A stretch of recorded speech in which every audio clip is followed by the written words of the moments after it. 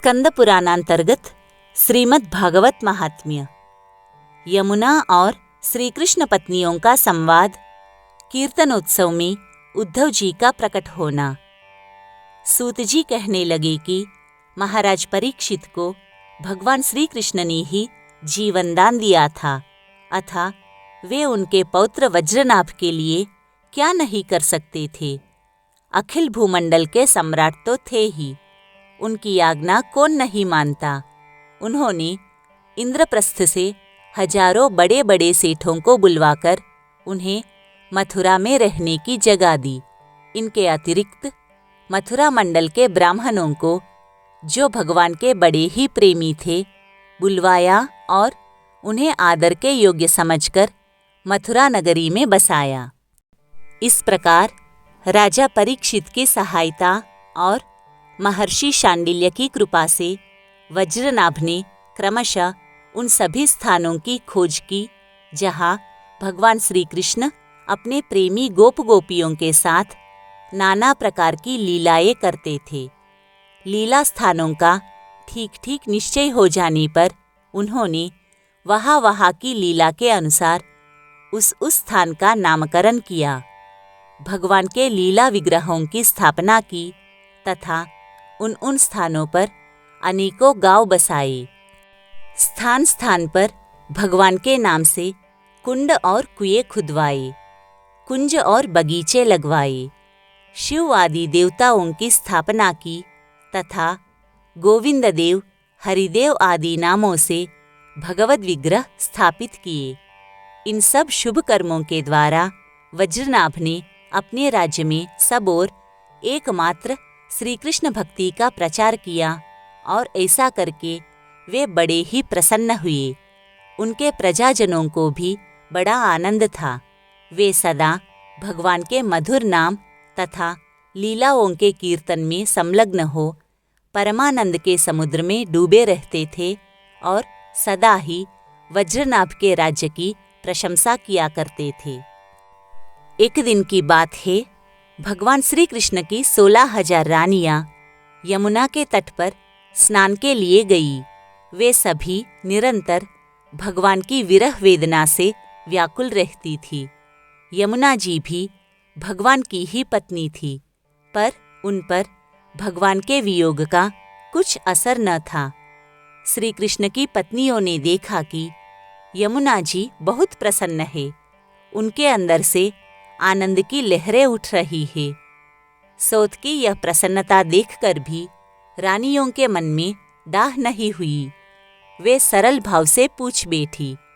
श्री कृष्ण की रानियों ने कहा कि बहन कालिंदी, जैसे हम सब श्री कृष्ण की धर्मपत्नी है, वैसे ही तुम भी तो हो। हम तो उनकी विरहाग्नि में जली जा रही है। उनके वियोग दुख से हमारा हृदय व्यथित हो रहा है, किंतु तुम्हारी यह स्थिति नहीं है। तुम प्रसन्न हो, इसका क्या कारण है? कल्याणी, कुछ बताओ तो सही। उनका प्रश्न सुनकर यमुना जी हंस पड़ी, साथ ही यह सोचकर कि मेरे प्रियतम की पत्नी होने के कारण ये भी मेरी ही बहनें हैं, पिघल गई।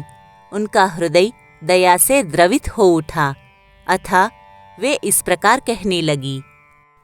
यमुना जी ने कहा कि अपनी आत्मा में ही रमन करने के कारण भगवान श्री कृष्ण आत्माराम है और उनकी आत्मा है श्री राधा जी। मैं दासी की भांति राधा जी की सेवा करती रहती हूँ। अवश्य ही उनकी सेवा का यह फल है कि मैं प्रसन्न हूँ। उनकी दास्ता के प्रभाव से ही विरह शोक मुझे छू भी नहीं सकता। भगवान श्री कृष्ण की जितनी भी रानियां हैं, सबकी सब श्री राधा के ही अंश का विस्तार है। भगवान श्री कृष्ण और राधा सदा एक दूसरे के सम्मुख है। उनका परस्पर नित्य संयोग है। इसलिए राधा के स्वरूप में अंशतः विद्यमान जो श्री कृष्ण की अन्य रानियां हैं, उनको भी भगवान का नित्य संयोग प्राप्त है। श्री कृष्ण ही राधा है और राधा ही श्री कृष्ण है। उन दोनों का प्रेम ही वंशी है तथा राधा की प्यारी सखी चंद्रावली भी श्री कृष्ण चरणों के नखरूपी चंद्रमाओं की सेवा में आसक्त रहने के कारण ही चंद्रावली नाम से कही जाती है। श्री राधा और श्री कृष्ण की सेवा में उसकी बड़ी लालसा, बड़ी लगन है, इसीलिए वह कोई दूसरा स्वरूप धारण नहीं करती। मैंने श्री राधा में ही रुक्मिणी आदि का भी समावेश देखा है। यह सब तरह से निश्चित बात है कि तुम लोगों का भी श्री कृष्ण से वियोग नहीं हुआ है, किंतु तुम इस रहस्य को इस रूप में जानती नहीं हो, इसीलिए इतनी व्याकुल हो रही हो।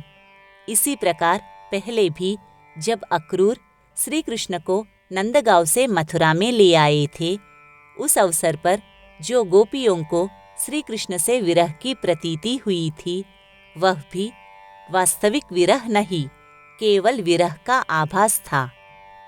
इस बात को जब तक वे नहीं जानती थी, तब तक उन्हें बड़ा कष्ट था। फिर जब उद्धव जी ने आकर उनका समाधान किया, तब वे इस बात को समझ सकी। उद्धव जी ने उनके इस विरह को विरहाभास ही बतलाया। वास्तव में तो उनका भगवान से नित्य संयोग था। यदि तुम्हें भी उद्धव जी का सत्संग प्राप्त हो जाए, तो तुम सब भी अपने प्रियतम श्री कृष्ण के साथ नित्य विहार का सुख प्राप्त कर लोगी। सूत जी कहते हैं, ऋषिगण, जब उन्होंने इस प्रकार समझाया, तब श्री कृष्ण की पत्नियां सदा प्रसन्न रहने वाली यमुना जी से पुनः बोली। उस समय उनके हृदय में इस बात की बड़ी लालसा थी कि किसी उपाय से उद्धव जी का दर्शन हो, जिससे हमें अपने प्रियतम के नित्य संयोग का सौभाग्य प्राप्त हो सके। श्री कृष्ण पत्नियों ने कहा कि सखी, तुम्हारा ही जीवन धन्य है, क्योंकि तुम्हें कभी भी अपने प्राणनाथ के वियोग का दुख नहीं भोगना पड़ता।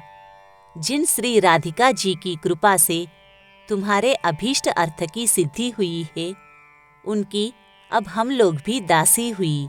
किंतु तुम अभी कह चुकी हो कि उद्धव जी के मिलने पर ही हमारे सभी मनोरथ पूर्ण होंगे। इसलिए कालिंदी, अब ऐसा कोई उपाय बताओ जिससे उद्धव जी भी शीघ्र ही मिल जाए। सूत जी कहते हैं, श्री कृष्ण की रानियों ने जब यमुना जी से इस प्रकार कहा, तब वे भगवान श्री कृष्णचंद्र की 16 कलाओं का चिंतन करती हुई उनसे कहने लगी, उद्धव जी भगवान श्री कृष्ण के मंत्री थे। जब भगवान अपने परम धाम को पधारने लगे, तब उन्होंने मंत्री उद्धव से कहा कि उद्धव, साधना करने की भूमि है बद्रिकाश्रम, अथा अपनी साधना पूर्ण करने के लिए तुम वहीं जाओ। भगवान की इस आज्ञा के अनुसार उद्धव जी इस समय अपने साक्षात स्वरूप से बद्रिकाश्रम में विराजमान है और वहाँ जाने वाले जिज्ञासु लोगों को भगवान के बताए हुए ज्ञान का उपदेश करते रहते हैं। साधना की फलरूपा भूमि है व्रज भूमि। इसे भी इसके रहस्यों सहित भगवान ने पहले ही उद्धव को दे दिया था, किंतु वह फल भूमि यहाँ से भगवान के अंतर्धान होने के साथ ही स्थूल दृष्टि से परे जा चुकी है। इसीलिए इस समय यहाँ उद्धव प्रत्यक्ष दिखाई नहीं पड़ते। फिर भी एक स्थान है जहाँ उद्धव जी का दर्शन हो सकता है।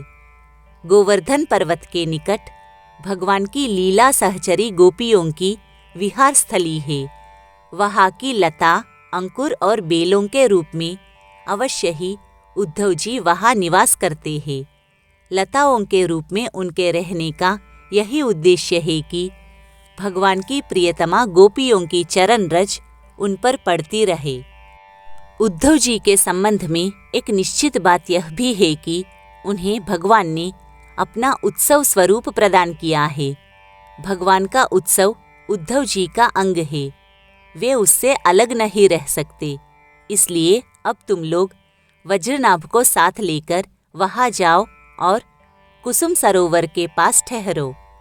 भगवत भक्तों की मंडली एकत्रित करके वीणा, वेणु और मृदंग आदि बाजों के साथ भगवान के नाम और लीलाओं के कीर्तन, भगवत संबंधी काव्य कथाओं के श्रवण तथा भगवत गुणगान से युक्त सरस संगीत द्वारा महान उत्सव आरंभ करो। इस प्रकार जब उस महान उत्सव का विस्तार होगा तब निश्चय है कि वहाँ उद्धव जी का दर्शन मिलेगा। उद्धव जी ही भली भांति तुम सब लोगों के मनोरथ पूर्ण करेंगे। सूत जी कहते हैं, यमुना जी की बताई हुई बात सुनकर श्री कृष्ण की रानियां बहुत प्रसन्न हुई। उन्होंने यमुना जी को प्रणाम किया और वहां से लौटकर वज्रनाभ तथा परीक्षित से वे सारी बातें कह सुनाई। सब बातें सुनकर परीक्षित को बड़ी प्रसन्नता हुई और उन्होंने वज्रनाभ तथा श्री कृष्ण पत्नियों को उसी समय साथ लेकर उस स्थान पर पहुंचकर तत्काल वह सब कार्य आरंभ करवा दिया जो कि यमुना जी ने बताया था। गोवर्धन के निकट वृंदावन के भीतर कुसुम सरोवर पर जो सखियों की विहार स्थली है, वहाँ ही श्री कृष्ण कीर्तन का उत्सव आरंभ हुआ। श्री राधा जी तथा उनके प्रियतम श्री कृष्ण की वह लीला भूमि जब साक्षात संकीर्तन की शोभा से संपन्न हो गई, उस समय वहाँ रहने वाले सभी भक्तजन एकाग्र हो गए। उनकी दृष्टि, उनके मन की वृत्ति कहीं अन्यत्र न जाती थी।